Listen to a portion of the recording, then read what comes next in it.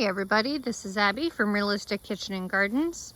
Today is Friday, August 29th, I think.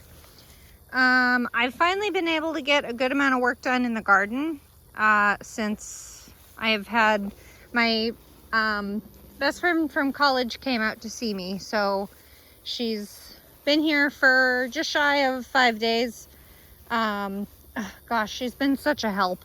I've needed extra hands in the garden and I just haven't been able to have it because because of my son mostly. So tomatoes for all intents and purposes are practically done. Bartelli, whatever is on the vine is either just ripening up or is splitting or somehow is still green. But I mean, that's the thing with indeterminates, is they'll just keep putting on vines and flowers until the weather is just incompatible with them. Surprisingly, the nasturtiums are even happier now. I feel like their blossoms were a lot smaller in the hot weather, where now, when it's just simply cooler, it did sprinkle a little bit today, but, excuse me, it did rain a smidge. But they seem to like the cooler weather. I mean, it was a low of, 49 last night?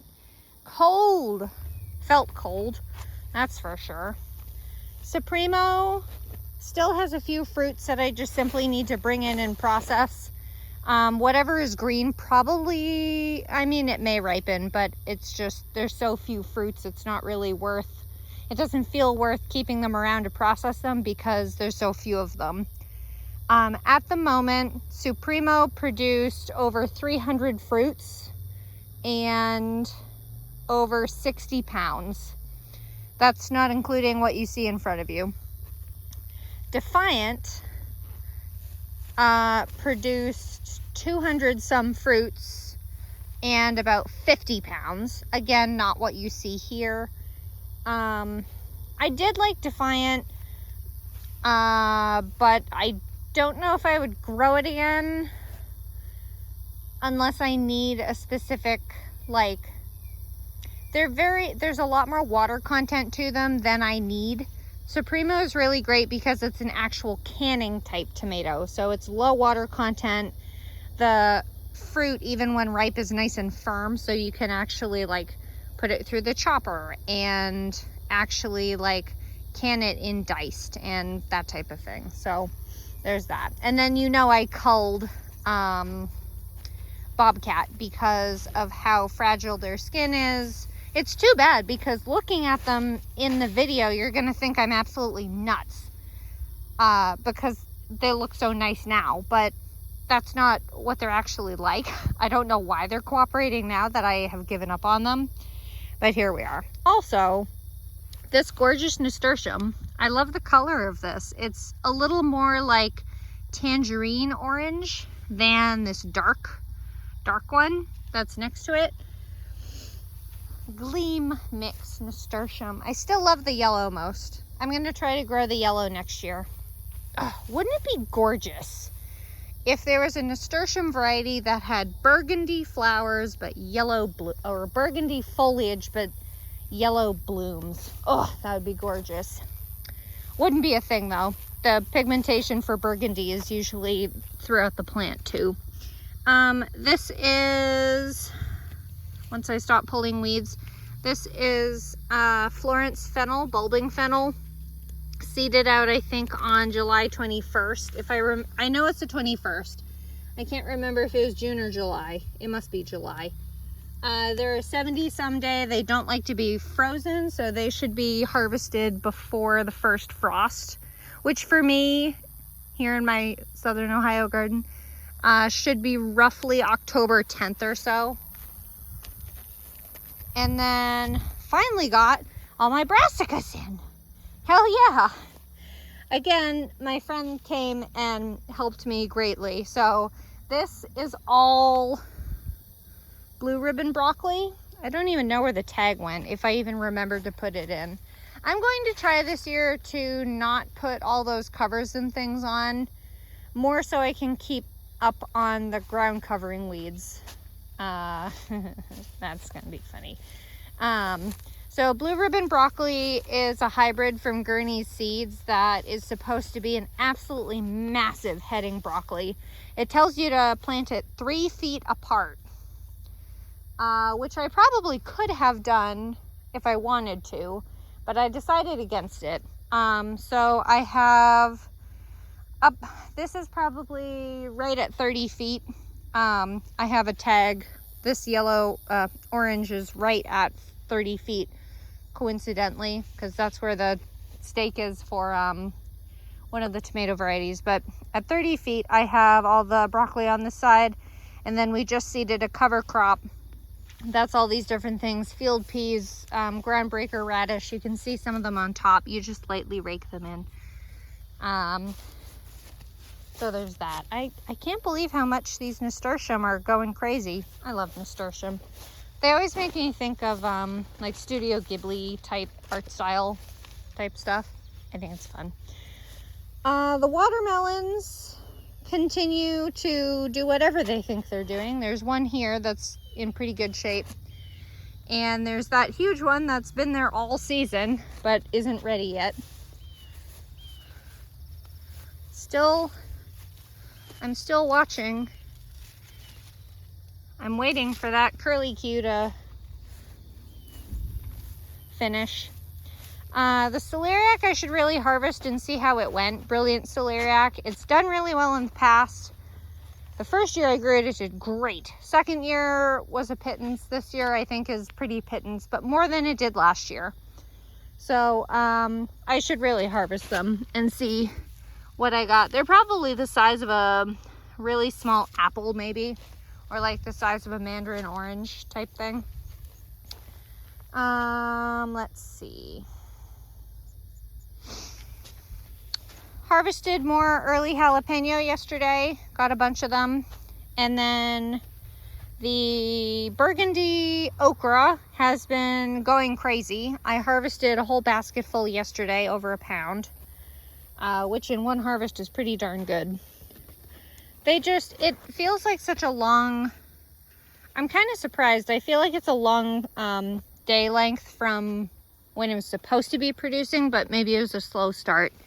And then down here is all the giant red Ozark bell peppers finally starting to produce, but I have really given up hope for my bell peppers this year just because it's so late and they're only just starting to produce.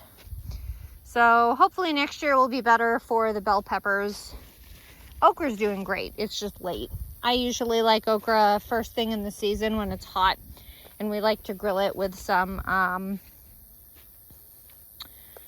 just oil and just until it's a little bit charred, not cooked through and gummy and yucky.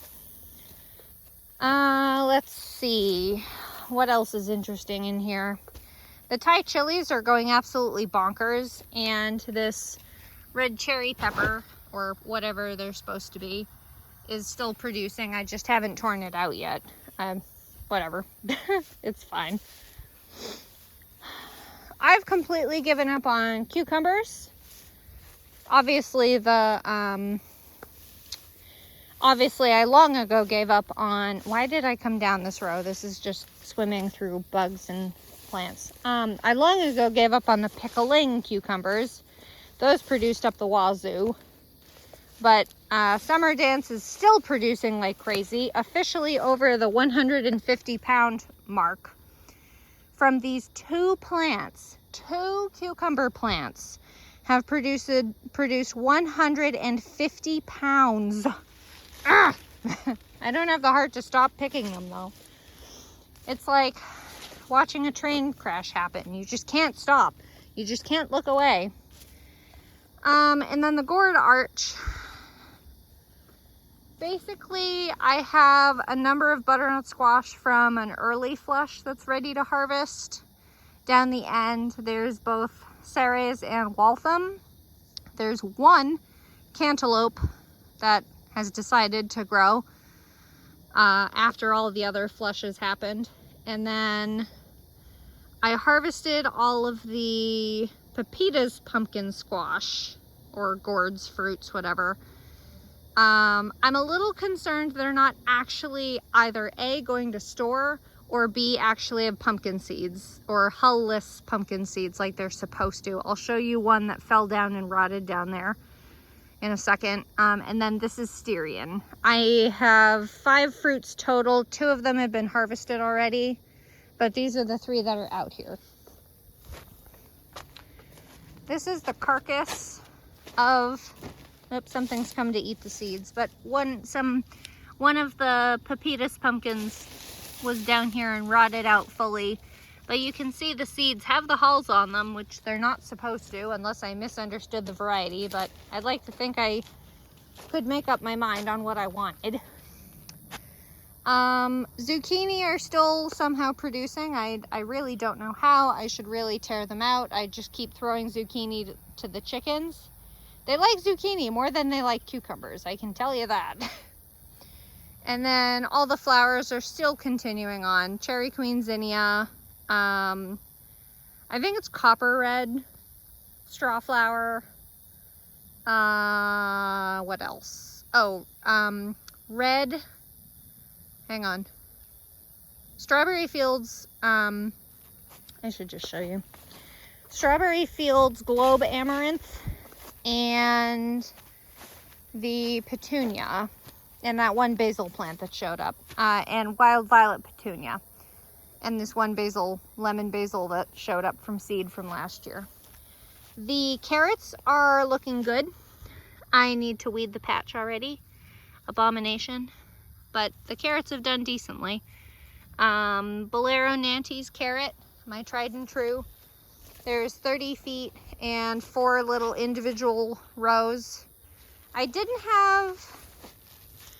It was super hot when I planted these. So I'm actually impressed with the germination I did get with these carrots. So, you know, as it goes. I definitely have not gotten carrots. So these stakes, 1, 2, 3, 4, indicate where I planted each row in the row. So there's nothing here until here. The first one on this is right here. The first one here isn't until over there. And then the same thing on that last row. So, I mean, the germination was spotty at best, but it's better than nothing at this point with how hot the summer was. It was ridiculous. I'm surprised I had anything come up carrot-wise. And then burgundy sprouting broccoli from Gurney's Seed. I'm very specific about the fact that it's from Gurney's Seed because there's a number of purple sprouting or burgundy sprouting broccoli, but they're an overwintering variety. You plant them in the fall and they won't produce until early spring. These ones are only like 70 or 90 days and they do produce before, usually before the first frost. So we'll see how it goes. I did have these underneath, what did I just touch? What do I have? What is that? Oh, teeny tiny something. Little teeny tiny caterpillar. I was gonna say I did have these underneath a cover, but I didn't have the cover like tight to them. So I think I'm gonna try doing BT this year, which is a bacteria, excuse me, that targets caterpillars in their life cycle and kills them. It doesn't do anything with eggs or anything, so you have to reapply it. And then I chaos sowed a bunch of Bloomsdale long-standing spinach, which hasn't germinated yet. It's something like 5 to 14 day germination, so I've got plenty of time to wait for that. Just trying to keep it moist as I do.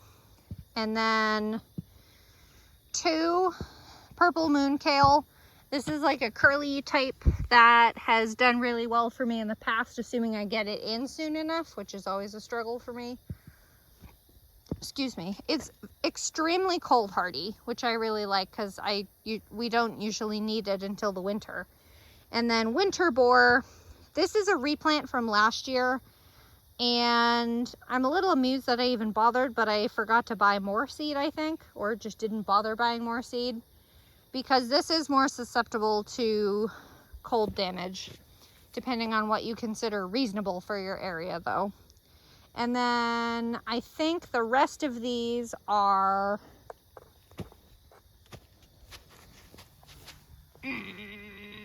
what does that say? Promise cabbage. So this is a long variety or storage variety cabbage. So I don't know if this will be ready to harvest this season or if it'll be ready to harvest in the spring. But once it gets a frost, I don't have to protect it from I don't have to protect it from freaking cabbage moths anymore.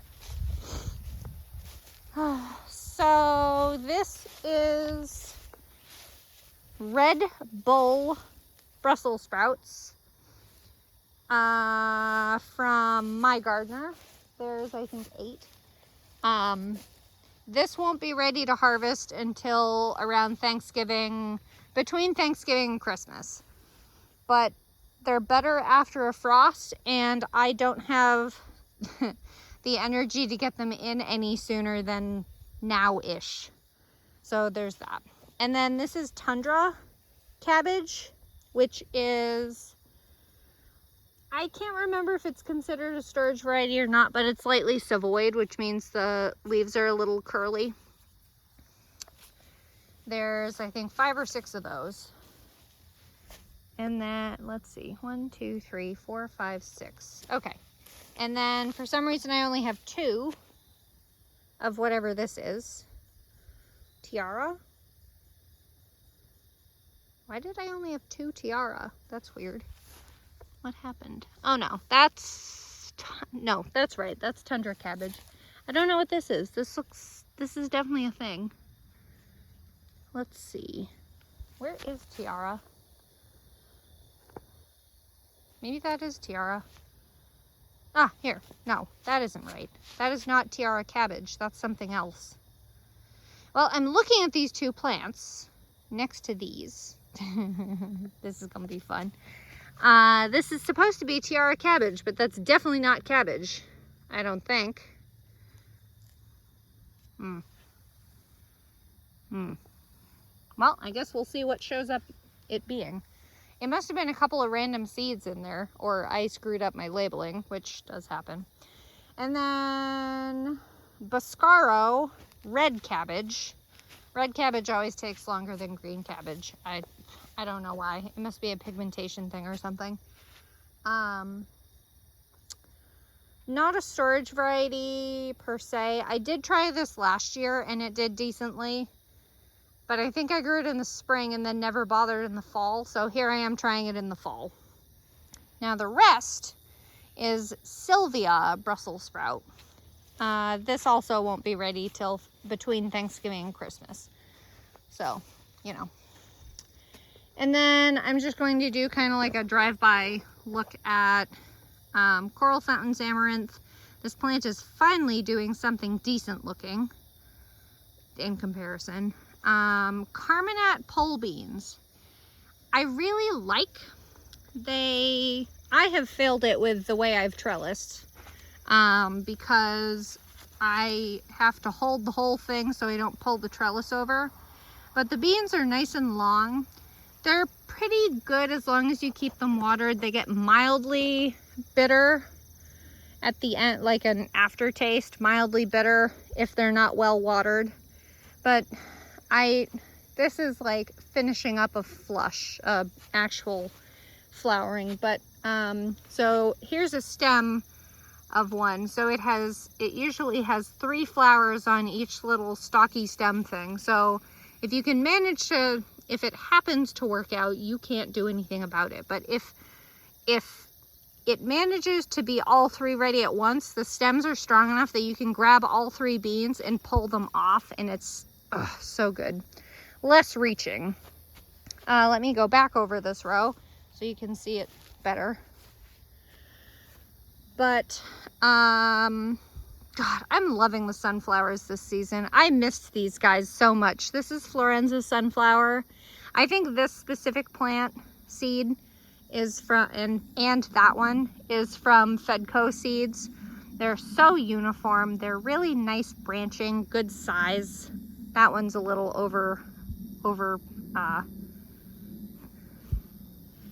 shadowed, I guess, from that bigger one. And then there's a double branch.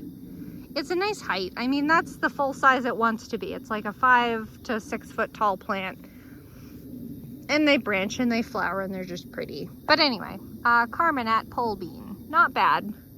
I think I will try to find a better tasting pole bean that isn't necessarily purple next year, because now that it's a pole bean, I don't have to go digging for it in a pile of stems on the ground, so I can have green ones again. The main event of Coral Fountain's amaranth, ornamental amaranth. I'm a little surprised this plant hasn't started like going to seed, like actually producing seed and making a mess, because it's flowered already and just hanging out. Meanwhile, behind the amaranth and behind the sunflowers right here is Champion of England shelling pea. This was seeded from the seeds from the spring batch. So there's only a couple of plants. I didn't have very much room for them, and I didn't really have a good trellis for them. So I just kind of stuck them right here. So it's not going to be a great harvest this fall, but I wanted to try them in the fall too to see what they're like. But spring is easier for me space-wise to plant a trellis for them. And of course, Bonanza mixed marigolds. I've been loving my marigolds. Another one of those plants that I will always have some. This Florenza is much more pinky burgundy. I think these are the seeds that are from, I think it's pine tree seeds. So they're not as well like uniformly bred to all look. To be fair, that's one plant, but like it's much more uniform and following almost like a standard of breed type thing, where these are a little more varied. It's kind of like a color bleed type effect.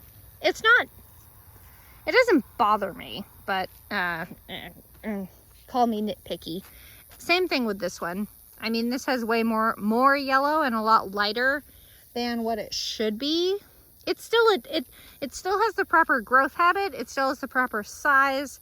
It's still a nice branching plant that's nice and healthy and not falling over. So it is a win, but technically. Oriental yard-long beans I cut, and they're just kind of, if you ever had a grandparent that did it, it's kind of like leather breeches type stage. And they're kind of funny because they're kind of like, I understand why they're called snake beans, because here's the bean in here, and you can slide it, assuming I didn't bust the pod, you can actually slide the bean in there, which I think is funny. A plant I will not be growing again, but it would probably be really easy to grow for dry beans, because the pods are prolific beyond belief. I mean, this is one pod. They grow in doubles, triples, quadruples on each node. I mean, this one node has 4 pods, and each pod would probably have damn near a dozen seeds in it. So it would be a lot more prolific than growing a regular green bean for dry beans, like a pinto bean or that kind of thing. So, let's see. The last thing in here, excuse me. Well, the peanuts are here. Look at this little teeny tiny Florenza sunflower. It got so stunted because of what the ground or growing conditions is like. It's a nice little sunflower though. For how it's doing, it's a nice little flower. Again, the peanuts, I feel like I've said it once and I'll say it continuously. I have not taken care of these, didn't have the energy for these. They're a lot more needy than I thought. So I didn't do anything to them. I'll dig them out in October. But I have no hope for these. None. I'm expecting this to be a complete fail and flop. The seeds were $4. I will live. And because it's a legume, it technically could be argued that it was treated or is functioning like a cover crop that fixes nitrogen. So there, it's not a complete waste. And last is strawberries. This is Flavorfest strawberry. I purchased live plugs and they arrived in the mail yesterday. So they've been out overnight and they're just settling into their new home. But these are a June bearing variety from Berlin Seeds that they grow. Not the variety isn't exclusive from them. But I got 36 plants plus shipping because I didn't want to go 3 hours for strawberry plants. So they were about $70. So to make these worth it, I would need to get 25 pounds of produce or of fruit next year. So usually strawberries actually produce in May, but it's called June bearing to indicate it does one big flush at once. It's not the type that keep producing fruit throughout the season like my raspberries do. So I planted them 1.5 feet apart each way. So there's that, and then in between the two. So we'll see. We'll see how it does. And if it does decently, then I can save the pups because they always run. They send runners out everywhere. I can always save the pups and plant them like their parents, like this, in a new spot and do the same exact thing. So they can be endless if they do well. The corn is done. I just need to cut it down and remove it and do something with the ground that it's in because it's so grassy. Meanwhile, the petunias are still flowering. These petunias I bought them late season. But yeah, not too bad. I'm gonna have to I'm gonna try to send my girlfriend along with some of the butternut squash because I want to do a walk through just real fast. I can't help but laugh. Oh, I didn't address this row. This like third of a row in row G. This will just be a cover crop. Probably groundbreaker or something like that. But there are so many butternut squash. Like there's 2 there. Surprisingly, there's an empty patch. I'm gonna have to try to figure out which, that's gonna be such a shit show. I'm gonna have to try to figure out which fruits are from what variety too. So that's gonna be fun. I know Waltham is very prolific, but will succumb to powdery mildew. I grew them before. This is Waltham. The leaves are lighter in color and they're not variegated. So that's Waltham. And then see if I can find any of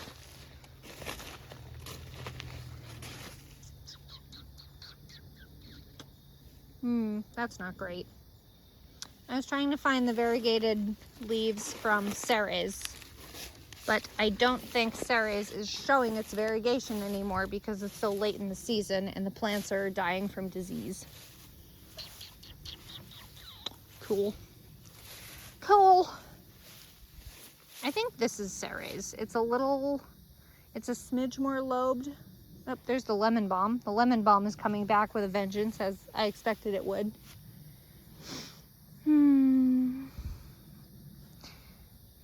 I don't know. I think Ceres was a little more lobed than Waltham was. Nice looking fruit though. There's butter and squash here. There's fruits on the vine that came all the way over and down as I almost fall over. And there's one right here in and amongst this watermelon. And there's a couple in there by the cantaloupe plants. And there's one here. You can't see, there it is. So there's plenty of butternut squash. Luckily, my son really likes butternut squash. So does my girlfriend. So I'll send her home with a good few. Bye. All right. I think that's all for now. That's damn near it for my garden chores this year. all I need to do now is keep harvesting green beans, keep processing green beans, and plan what seeds I'm gonna buy for next year, because that's a hobby in and of itself. That's something I nitpick at all year. Like, I think about things I like and don't like and would want instead, and make notes throughout the year, because if you left all that to when you need to order seeds in the winter or the spring, you're gonna get so overwhelmed and just be like, I don't know, pick whatever and we'll see what happens. So that's something I definitely pick throughout the year as I think of things and check my boxes and finish harvesting stuff. So Champion of England's definitely going to be a tried and true. I'm going to need a new variety of spinach. I want a lot more flowers. I'm going to do a large variety of zinnias next year, a tall jumbo size zinnia, larger than Cherry Queen. They're going to be like double, triple blooms. I'll probably go back to Lady Godiva pumpkin, which look very similar to Styrian, but they definitely had hull list seeds, and the fruit itself was really good to can. That's from Baker Creek. I'll definitely stick with Supremo tomato. They are from, I think, Park Seeds. They're a hybrid, but they're determinate, which is great. I'll be looking for a new pole bean with a nice nutty flavor like Veller had. And I'll need a new variety of watermelon. I like the Hannah's Choice cantaloupe. I'll keep that. And I can't think of what else now. I have so many plants that I grow. I've grown over 110 varieties of plants this year, between herbs and flowers and vegetables and all that.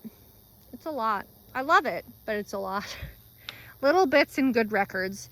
Anyway, I'm rambling. If you like this kind of stuff, please like, comment, and subscribe for more, and follow along my Facebook page, Realistic Kitchen and Gardens. Thanks. Bye.